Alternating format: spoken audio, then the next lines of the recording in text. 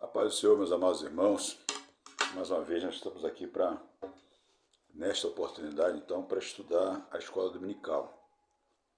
Hoje é sábado, dia 1º de outubro, amanhã domingo, dia 2, dia da eleição, e não vai haver o estudo da escola dominical, devido às eleições. Então, vamos fazer um resumo, uma síntese, para que não se perca por total o estudo desse trimestre que nós estamos terminando, que é o quarto trimestre. Começa agora em outubro e termina em dezembro.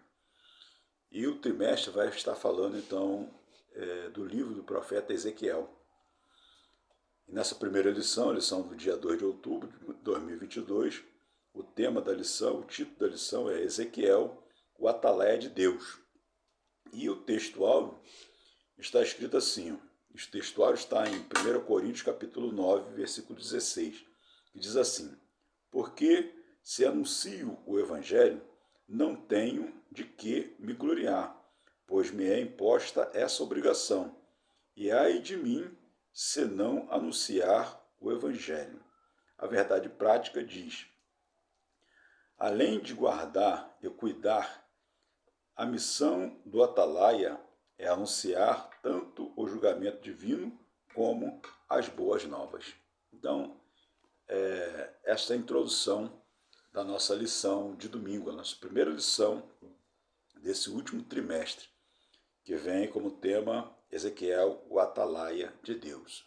Vamos então orar ao Senhor, pedir a Ele que nos abençoe. Amém? Deus, nós precisamos da Tua orientação, da Tua ajuda, do Teu propósito com relação a este estudo, de tal forma que a nossa mente, o nosso coração, a nossa vida seja entregue ao curso que a Tua palavra tem para nos ensinar e que nós possamos discorrer, Senhor, no conteúdo da Tua palavra, de acordo que a nossa vida seja limpa, purificada, restaurada, renovada, abençoada pelo poder da Tua palavra.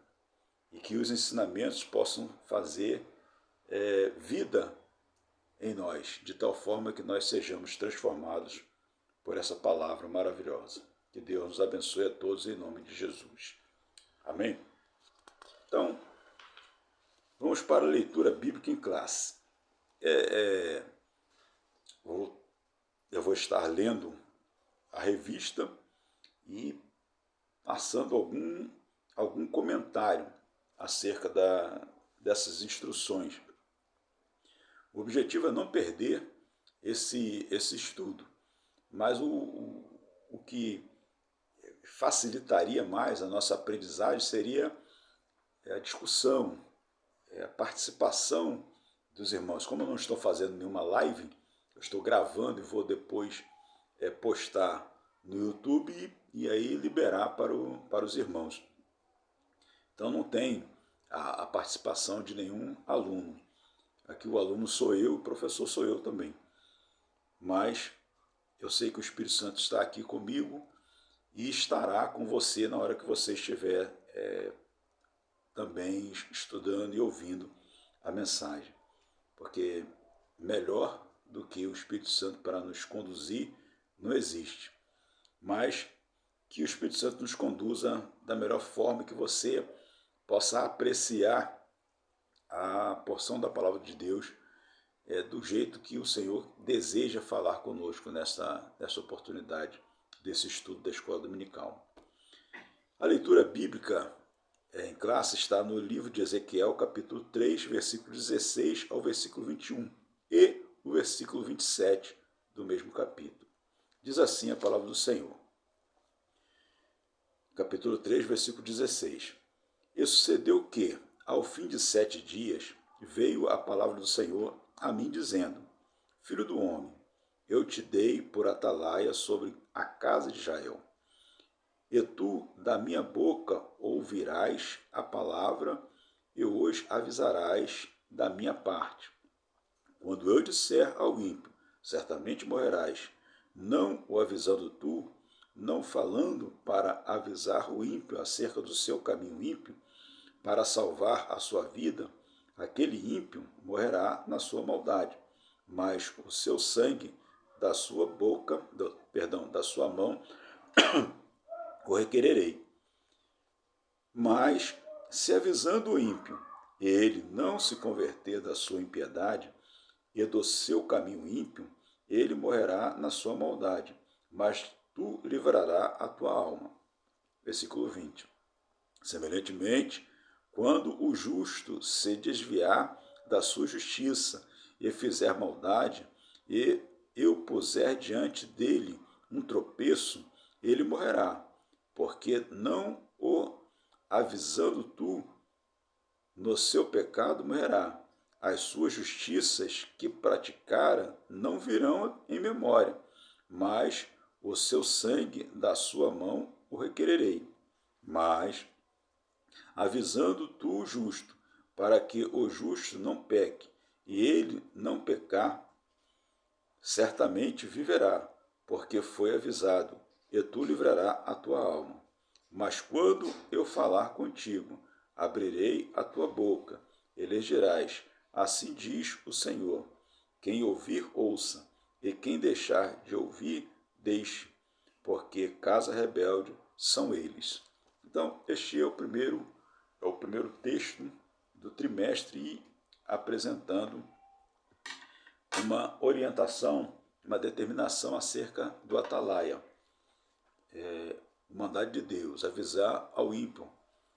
É nossa responsabilidade, avisar o ímpio do seu caminho ímpio e avisar o justo quando o justo se desviar. E interessante aqui, nesses versículos, meus amados irmãos, versículo 17, ele diz, filho do homem, eu te dei por atalaia sobre a casa de Israel.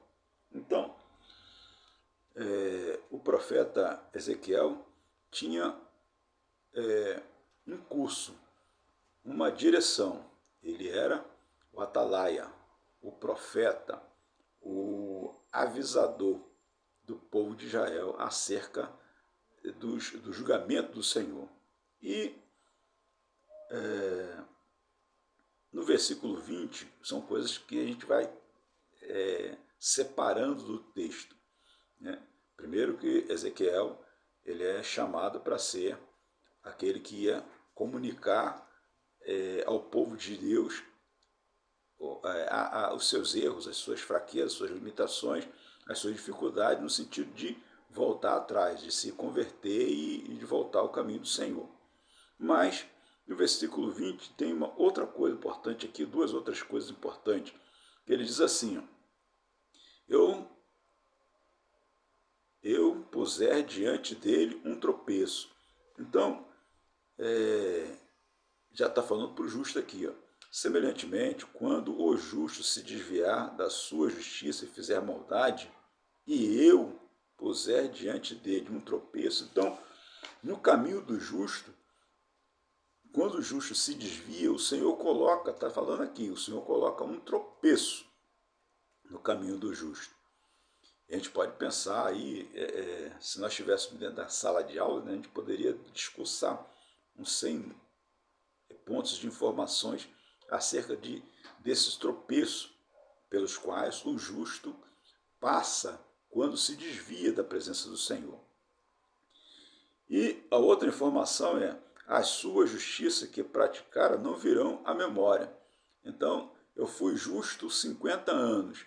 No ano 51 me desviei, afastei do Senhor. Por mais que eu tenha ganho nos 50 anos 1 bilhão de almas, se eu sair dos caminhos do Senhor, essas coisas que foi feito para trás se perderam.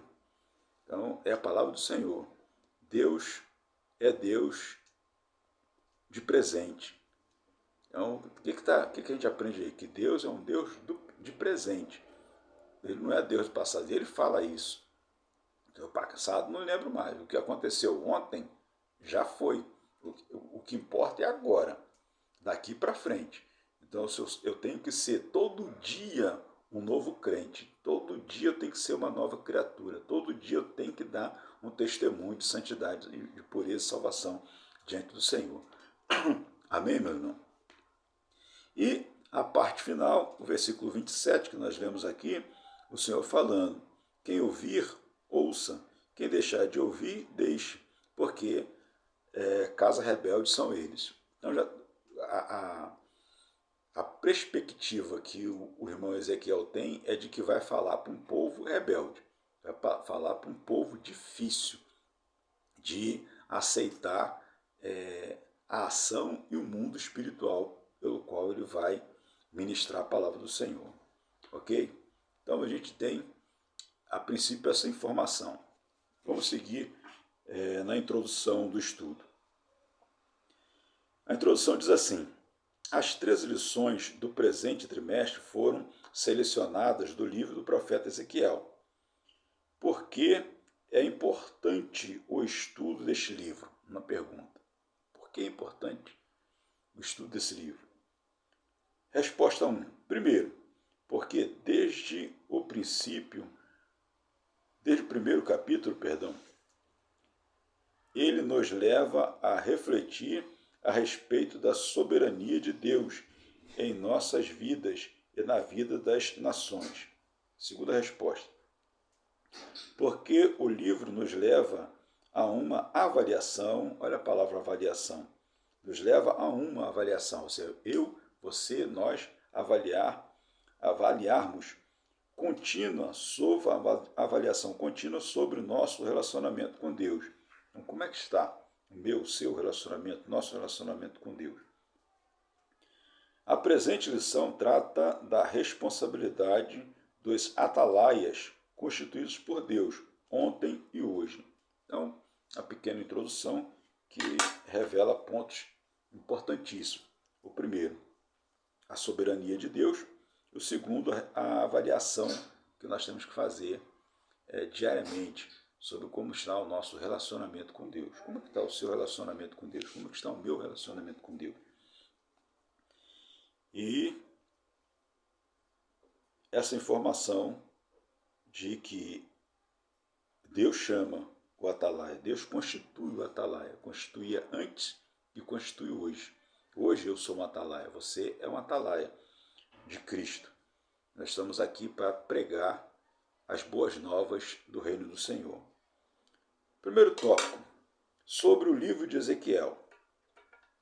O livro de Ezequiel antecipa a tradição apocalíptica das Escrituras e pode ser dividido em 3 partes principais. A primeira, capítulos 1 a 24, a segunda, capítulo 25 a 32, e a terceira, capítulo 33 a 48. Ok?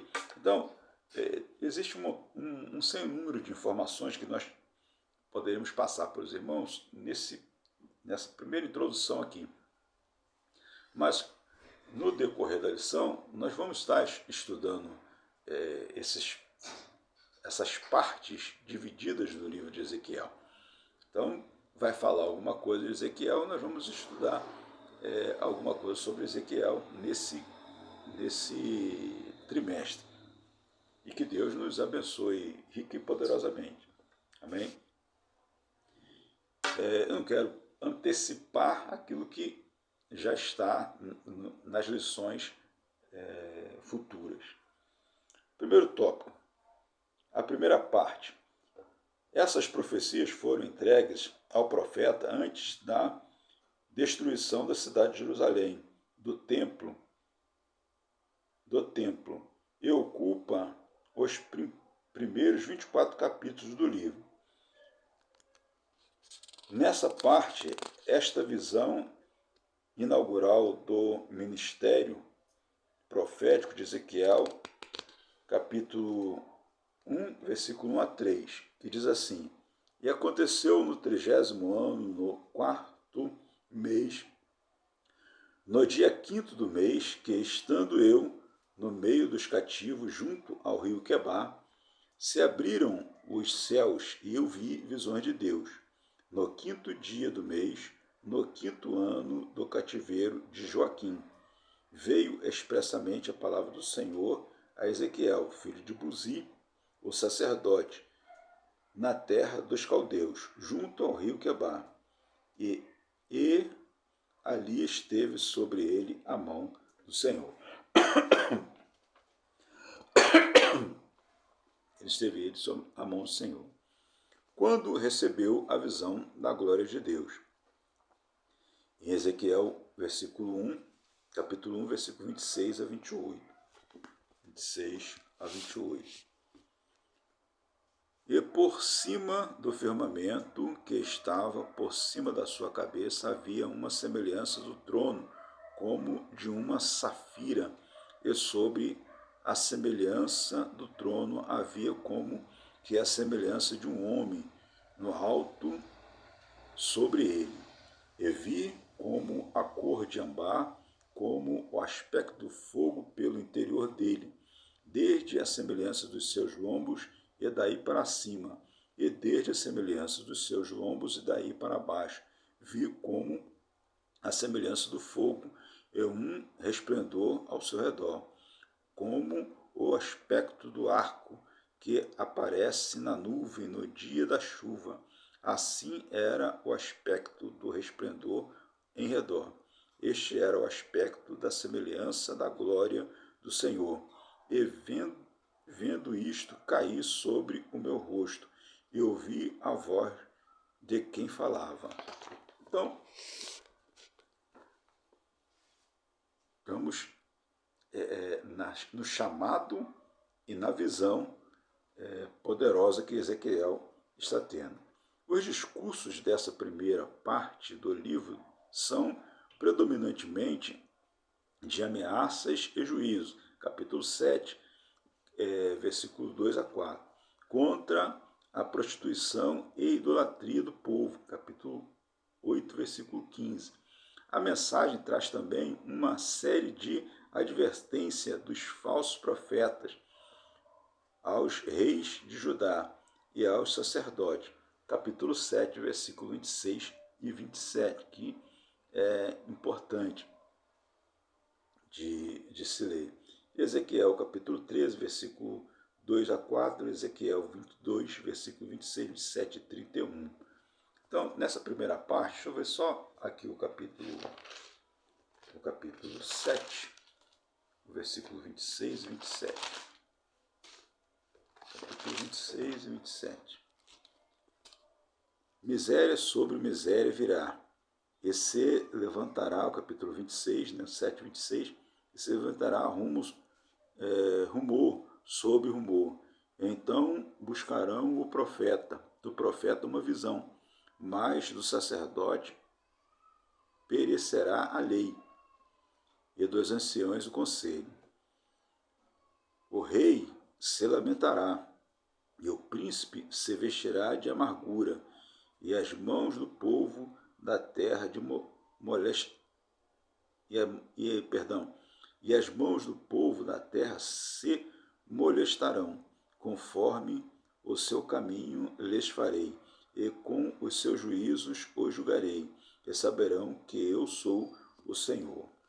Essa é a primeira informação da primeira parte do estudo desse trimestre, falando sobre o chamado de Ezequiel, a visão poderosa de Ezequiel, da glória de Deus, e o objetivo dessa primeira parte, o julgamento de Deus sobre o povo de Israel. Ok, irmãos? Então, a gente vamos parar aqui para poder dar uma repensada aqui nesse primeiro ponto. Nessa introdução, a gente vê que Ezequiel era, então, filho de um sacerdote, ou seja, ele estudava para ser um sacerdote, indiretamente ele era um sacerdote, conhecia tudo sobre o sacerdócio. Mas, a gente vai ver aqui na lição, ele é levado cativo.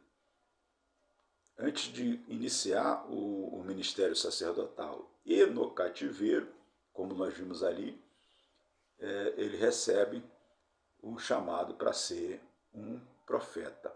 Amém, irmãos? Então, a história de Ezequiel começa dessa forma.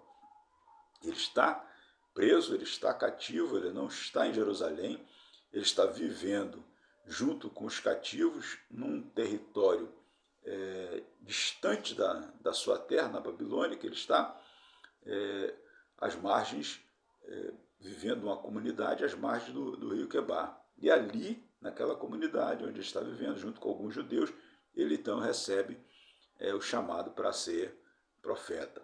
Lembrando que ele tinha todo o conhecimento da palavra de Deus para ser sacerdote. Ok, irmão? Então, a mensagem do profeta Ezequiel, a gente tem que pensar isso, a mensagem do profeta Ezequiel, ela é uma mensagem profética com o conhecimento de um homem que tem a mente de um sacerdote. É a mente de um sacerdote com conhecimento sacerdotal das coisas que foi instituída na nação de Israel para os sacerdotes, com relação às leis, as cerimônias, e agora esse sacerdote, né, que não está exercendo a função de sacerdote, mas está exercendo a função de profeta, mas que tem no seu currículo e na sua formação a ideia, a mente de um sacerdote. Amém, irmãos? A gente tem que pensar isso. Esse livro do profeta Ezequiel não é um livro de pesquisa teológica. É um livro que está dentro da Bíblia, então é um livro de teologia, mas não é um livro de pesquisa teológica. O livro do profeta Ezequiel é um livro de demonstração do poder e da glória de Deus. A primeira coisa que a gente tem que ver no livro do profeta Ezequiel é que Deus se manifesta com poder e glória. Ok? Para o homem Ezequiel e para o povo de Israel e as outras nações que ele vai falar também. Ok? Então, esse é o primeiro ponto. A gente vai estudar, vai ler o profeta Ezequiel, a gente tem que ter isso em mente. O profeta Ezequiel, ele sempre fala na primeira pessoa, e é porque ele tem essa compreensão, do poder que a palavra de Deus exerce sobre o exercício que ele estava sempre estudando para no final exercer, que era o exercício sacerdotal, o ministério sacerdotal. Ok? Então vamos lá. Número 2, segunda parte. Até a lição está separando essas partes, porque mais para frente a gente vai entrar nos detalhes de todas essas partes, ok? Nas outras lições, nos outros domingos da escola dominical. Segunda parte. Depois dos pronunciamentos de juízo contra Judá e Israel, os oráculos divinos são direcionados contra as nações vizinhas: Amon, Moabe, Edom, Filistia, Tiro, Sidom, Egito. Ezequiel 25 a 32, até o capítulo 32. Capítulo 25 ao capítulo 32. Isso revela que Javé não é somente o Deus de Israel, mas também de todas as nações, soberano em todo o universo. Êxodo 19, 5, Salmo 24, 1 e Apocalipse 4, versículo 11. O Senhor fala: eu sou o Deus de toda a terra pertence ao Senhor. Amém? Então a gente vai identificar no livro que Deus é Deus de Israel e Deus de todas as outras nações. Terceira parte. Começa com a notícia da queda de Jerusalém. Ezequiel capítulo 33, versículo 21.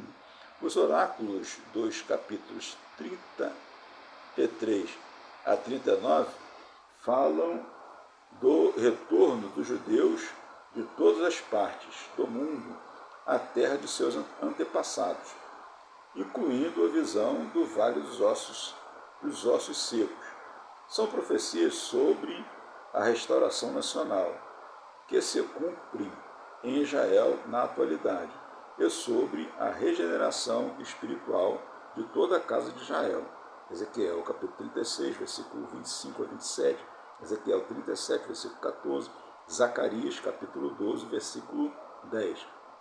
As profecias dos capítulos 38 a 39 falam da invasão e derrota de Gog e seu bando à Terra Santa.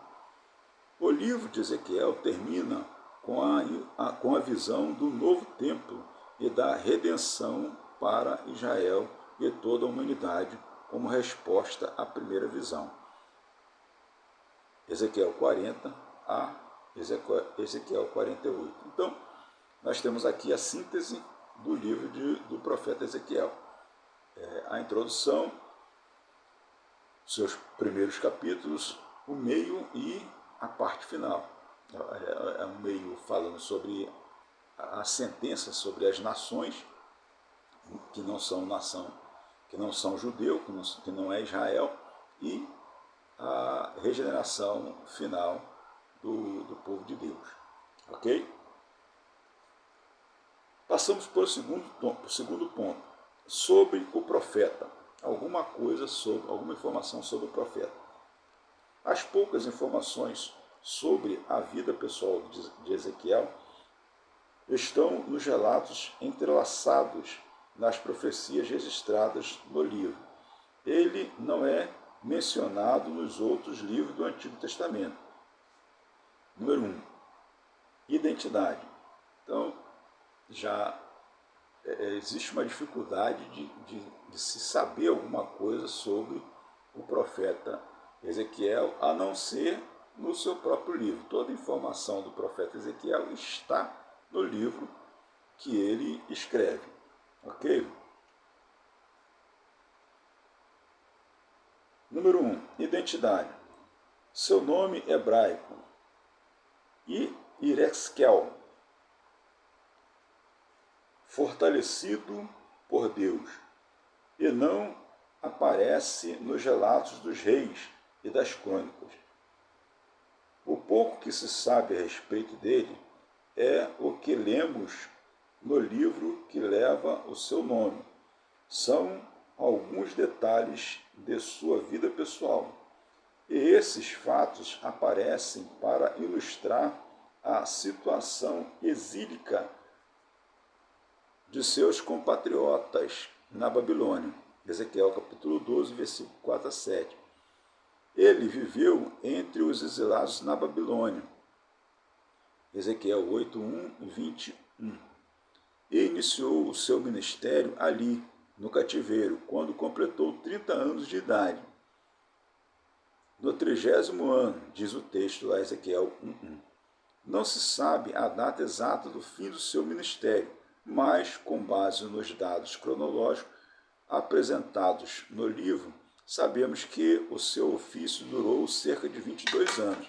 Então, a primeira informação que a gente tem é que do ministério, do seu chamado, está exatamente no texto mesmo do livro, quando ele começa falando, né? No 30º ano. Então, quando ele tinha 30 anos, começa o seu ministério. E provavelmente durou cerca de 22 anos na situação de exilado.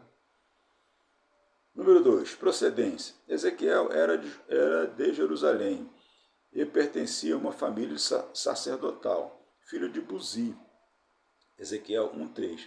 Ele foi levado para a Babilônia na primeira leva de deportados em 597 a.C., quando o rei Nabucodonosor e depois Joaquim do trono de Jerusalém, levando-o para a Babilônia, e pondo Zedequias, seu irmão, que é tio, né?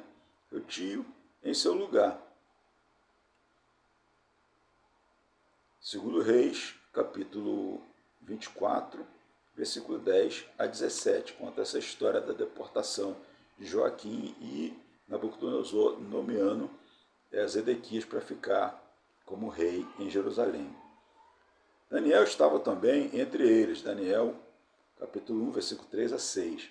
Enquanto Ezequiel vivia entre os exilados e exercia o seu ministério profético entre o povo, Ezequiel 3:10, Daniel servia na corte de Nabucodonosor, Daniel 1, versículo 19 a 21. E Jeremias profetizava em Judá para o povo de Jerusalém. Então, sempre que a gente vai estudar, vai falar sobre, estudar mais propriamente dito, o profeta Ezequiel, o profeta Daniel, o profeta Jeremias, a gente sempre vai juntar eles, porque a profecia deles tem uma ligação com a história e o momento que o povo de Israel estava vivendo. Quando o povo de Israel é levado, quando Nabucodonosor entra pela primeira vez em Jerusalém e leva o povo, e toma o povo, leva Daniel. E o irmão Jeremias, ele é fugitivo com outro grupo de judeus, que ele segue, no livro de Jeremias vai falar sobre isso, e Ezequiel, ele vai deportado logo depois, uma outra investida de Nabucodonosor para as margens do rio Quebar, um território que pertencia também à Babilônia. Então esses três profetas vão estar sempre ligados ao estudo, estudando a pregação. A gente pode separar os três, mas no estudo nós vamos ligar os três porque eles são contemporâneos. E as mensagens deles da verdade, a mensagem de um da verdade, a mensagem do outro. Amém, meus amados irmãos? Glória a Deus. Passamos aqui para o 3. Não quero prolongar muito esse estudo, né? Mas é só uma leitura e algumas informações, para que os irmãos, no próximo estudo, não fiquem perdidos dessa informação básica do livro do profeta Ezequiel, do livro e do profeta. Nós vamos estudar o trimestre, nós vamos estudar essas duas fontes, o livro que o profeta fala no seu livro e quem é o profeta no seu próprio livro. 3. Sobre o atalaia. Atalaia é a palavra feminina que deu origem árabe at, talat, lugar alto. A função do atalaia é descrita em 2 Samuel, capítulo 18, versículo 24 a 27, e 2 Reis 9, versículo 17 a 20, e melhor ilustrada pela parábola de um militar posto como sentinela, Ezequiel 33, 2 a 6. Essas atividades são empregadas no Antigo Testamento aos profetas de maneira metafórica, por causa da responsabilidade da sentinela militar e do profeta de avisar sobre o perigo. Então, o atalaia é o que ficava sobre uma torre. Então, toda a cidade tinha uma torre. E o atalaia ficava lá em cima, de olho. Quando via alguma coisa, via algum movimento, vinha alguém, alguma tropa, qualquer movimentação que vinha de fora, o atalaia, então, lá de cima, ele gritava para que todo mundo soubesse que alguma coisa estava acontecendo. Essa era a função do atalaia, né, a princípio, né, de avisar, de comunicar o que estava acontecendo em volta do seu clã ali, do seu grupo, onde estava cercado, né? A cidade onde estava cercada. Essa era a principal função. Número 2. O fim dos 7 dias. O profeta se refere à primeira visão com a qual inaugura o seu ministério profético, que ocupa todo o capítulo 1, a visão da glória de Deus. Ezequiel, capítulo 1, versículo 26 a 28. Há uma mudança brusca do gênero literário apocalíptico nesta visão da carruagem para o estilo típico do profeta. veio a palavra do Senhor, ao introduzir o seu chamado para ser atalaia. O fim de 7 dias deve ser o tempo que ele esperou para recuperar suas forças depois do impacto da visão da glória de Deus. No texto de Ezequiel, capítulo 1, versículo 28, e capítulo 3, versículo 14, no fim de 7 dias. Então, não deve ter sido uma coisa assim normal para ele, né? Até para ele nem para ninguém, né? Porque o povo, vamos pensar um pouquinho antes, o povo estava afastado de Deus, o povo não tinha mais a comunhão com Deus, e os profetas, o profeta, na verdade, que estava realmente em ligação com Deus era o profeta Jeremias, o homem de Deus. E esse profeta Jeremias, ele estava desacreditado, ele falava a verdade, ele falava em nome do Senhor, mas as pessoas não queriam ouvir o profeta Jeremias. Perdão.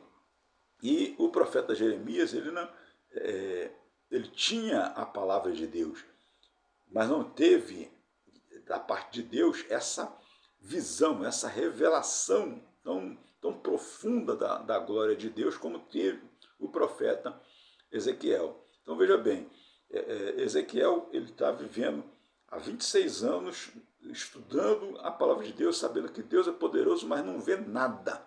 Ele não vê nada. E agora ele vê, ele simplesmente por causa do pecado do povo, ele vê a separação de todos os sacerdotes do templo. Ele vê que todo o material, todo o utensílio do templo, Nabucodonosor leva para a Babilônia. Então o templo completamente destruído, né, sem função nenhuma, nenhum sacerdote está ali para fazer nada no templo.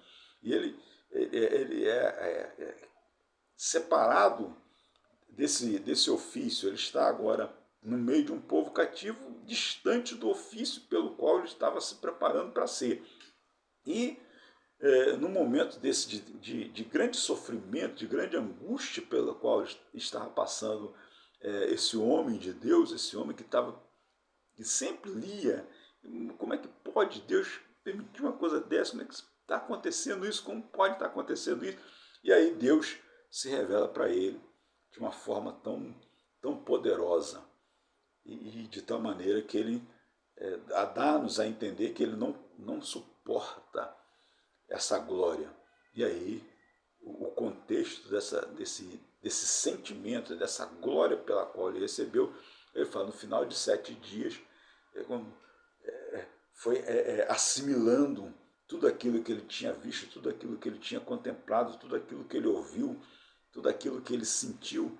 Quando passou a assimilação disso, no final de 7 dias, então ele recomeça a sua estrutura, repõe a sua estrutura e recebe então a direção do que fazer da parte de Deus.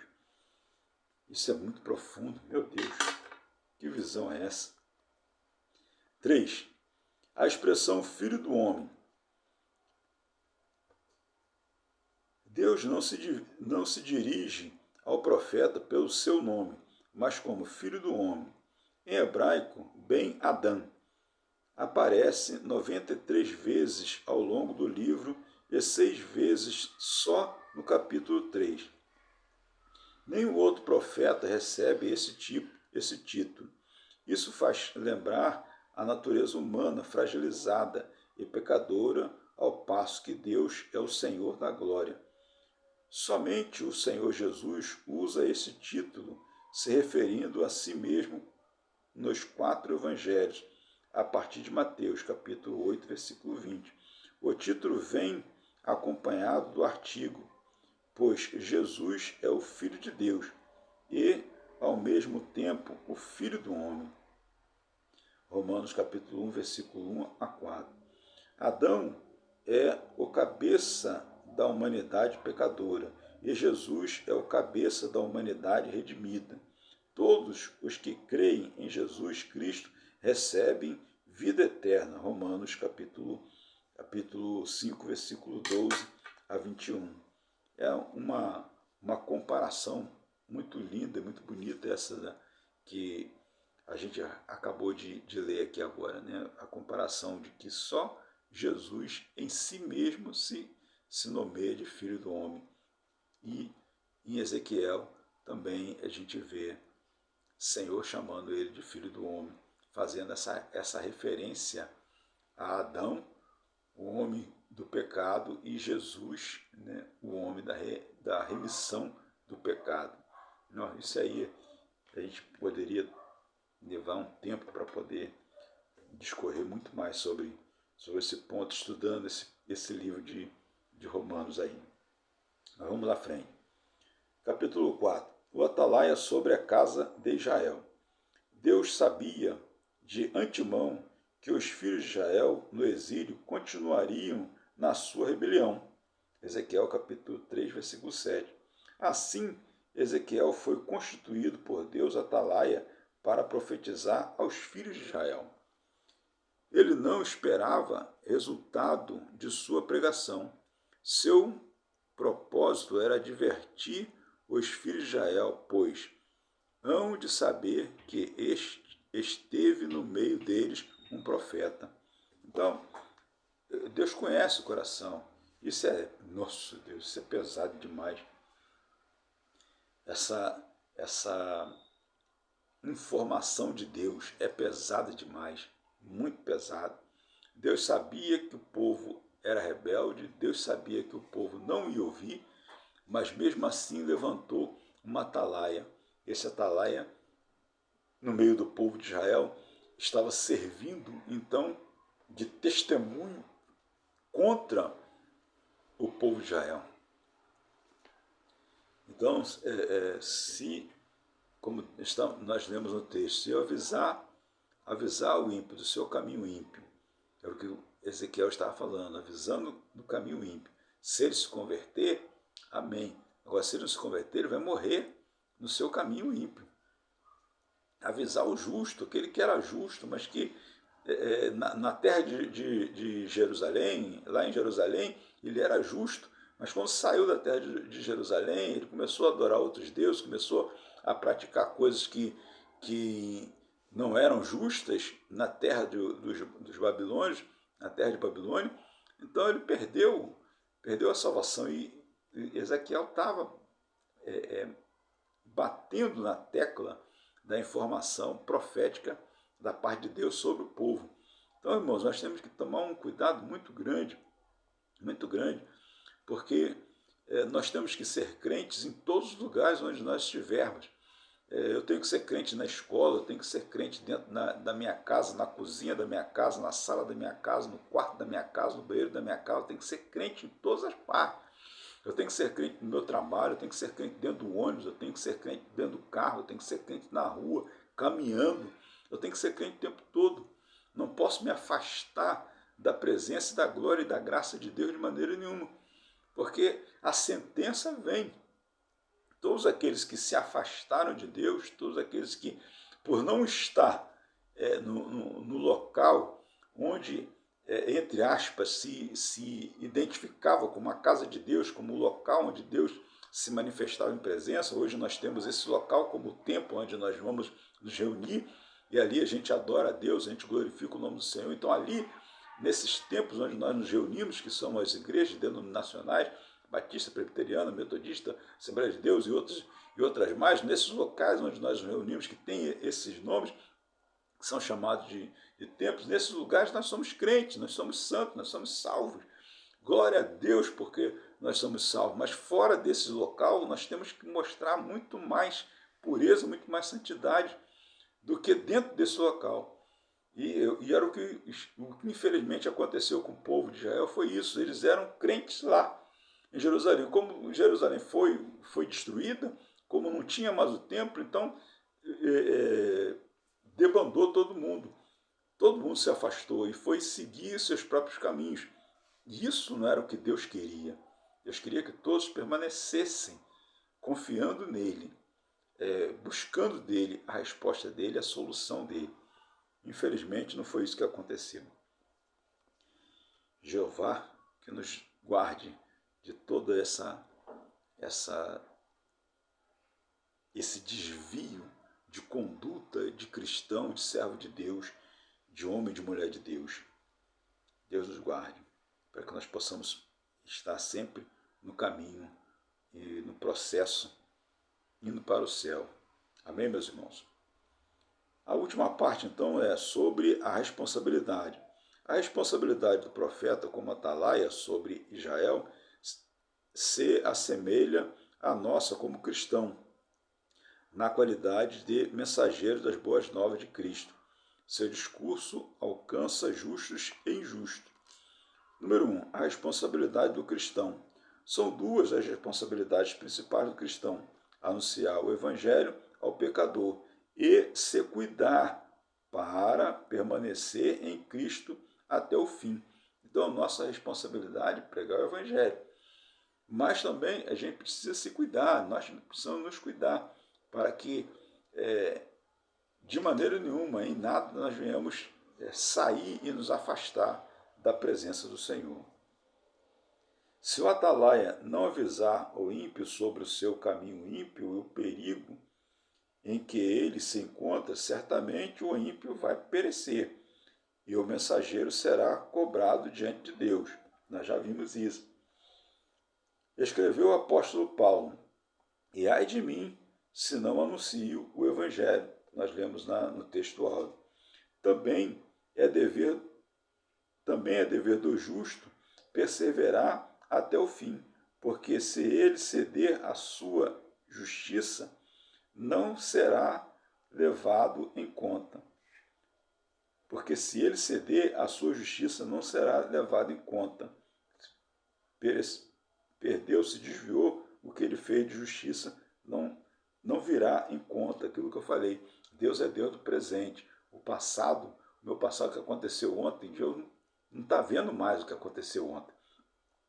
O que aconteceu ontem vai servir no juízo, tá? Está apontando para o juízo lá na frente.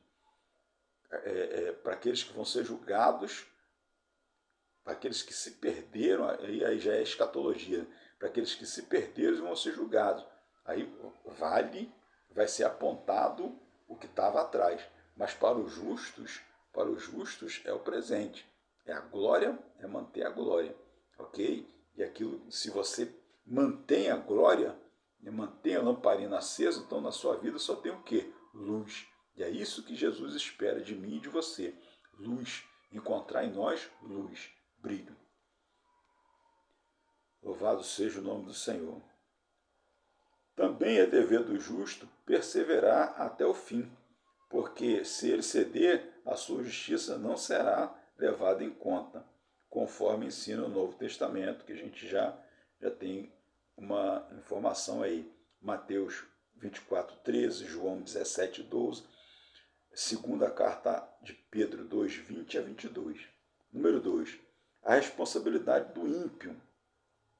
Quando anunciamos o Evangelho e o pecador rejeita a salvação em Cristo, tal rejeição vai testificar contra ele mesmo naquele grande dia, naquele dia.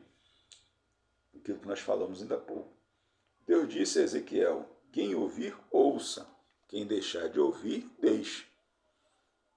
Nós temos é que falar. Eu tenho que falar, você tem que falar. Nós temos que falar da salvação, do Evangelho de Jesus.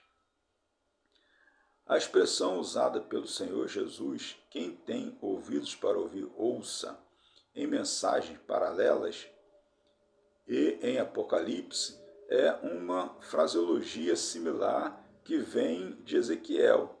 Isso significa que Deus é a fonte da profecia de Ezequiel e do Evangelho que pregamos. Então, vem de Deus. Quem tem ouvidos, ouça. Quem ouvir, ouça. Quem deixar de ouvir, deixe de ouvir. Isso já, desde Ezequiel, o mensageiro vem ministrando essa mesma palavra de atalaia, mostrando para nós. Atalaia, temos que falar. Eu tenho que falar. Estou falando pouco, tem que falar mais. Você está falando pouco, tem que falar mais. Está falando muito, tem que falar mais ainda. Ok? Nós não podemos parar de falar do Evangelho de Jesus Cristo. E 3. a extensão da nossa responsabilidade. Quando o justo se desvia, precisa igualmente ser alertado. Esse mesmo princípio da fé cristã significa que temos responsabilidade diante de Deus por aquele irmão e aquela irmã que estão se desviando da fé ou que se afastaram dos cultos, principalmente na época de isolamento social. E isso pode levá-los ao completo desvio. É dever nosso cuidar uns dos outros na igreja. A nossa preocupação não é somente com o pecador e ignorante, mas também com as ovelhas que se desgarraram do rebanho.